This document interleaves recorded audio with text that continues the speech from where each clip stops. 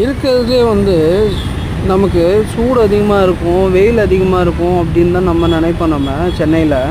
ஆனால் இப்போ பெங்களூரில் பார்த்தா சென்னையே பரவாயில்லன்னு தோணுதுங்க. இவ்வளோ செடி இருந்தும் ஒரு காற்று இல்லை, ஒன்றும் இல்லை, சுழில்னு அடிக்குது. காலைல 7-8 மணிக்கெலாம் இந்த மாதிரி இருந்தால் மதியம் 12-1 மணிக்கெலாம் நமக்கு எவ்வளோவா டார்ச்சர் தான் இல்லை. ஆனால் பாருங்கள், நம்ம ஊரில் டிராஃபிக் ரூல்ஸை மெயின்டைனே பண்ண மாட்டானுங்க. நம்ம ஊரில் 100 வண்டி போகுதுன்னா அதில் 20 வண்டியாவது எப்படி இருந்தாலும் டிராஃபிக் ரூல்ஸை மெயின்டைனே பண்ண மாட்டாங்க.